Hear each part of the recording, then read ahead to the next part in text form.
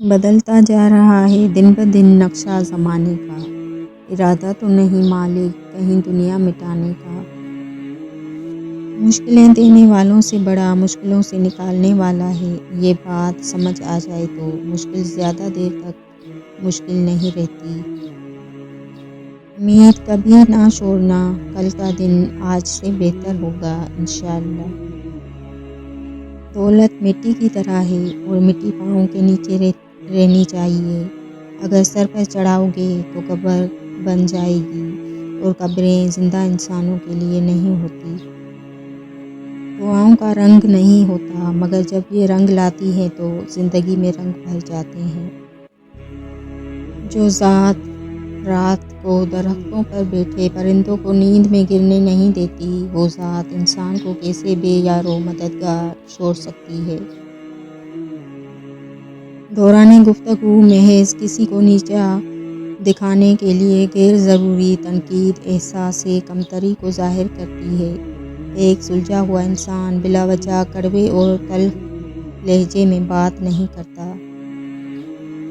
کیسے ہو جاتے ہیں لوگ کبھی اس کے کبھی اس کے۔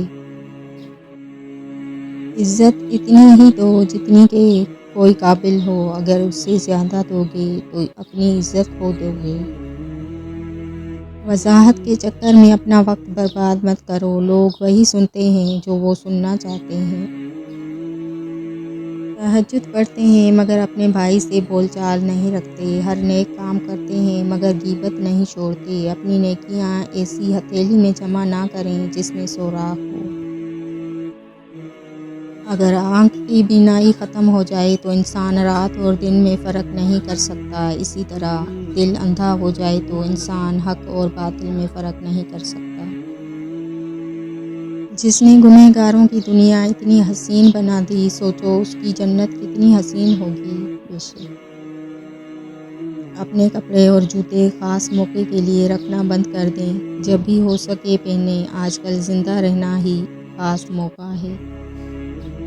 آدھا سننے والے لوگ پورا مطلب نکالنے کے ایکسپرٹ ہوتے ہیں۔ رسول اللہ صلی اللہ علیہ وآلہ وسلم نے ارشاد فرمایا، خیرات کو مت روکو ورنہ تمہارا رزق بھی روک دیا جائے گا، اور تمہاری تقدیر اتنی دفعہ بدلتی ہے جتنی دفعہ تم اللہ سے رجوع کرتے ہو۔ دعا آنے والی مصیبت کو روکتی ہے، اور جو مصیبت اتر چکی اس کو ہلکا کرتی ہے، یہ مومن کا ہتھیار ہے۔ جب بھائیوں کا اتفاق ہو تو غیر کچھ نہیں کر سکتے۔ اللہ سب بھائیوں کو اتفاق سے رکھے، آمین۔ انسان ہونا ہمارا انتخاب نہیں، قدرت کی عطا ہے، لیکن اپنے اندر انسانیت بنائے رکھنا ہمارا انتخاب ہے۔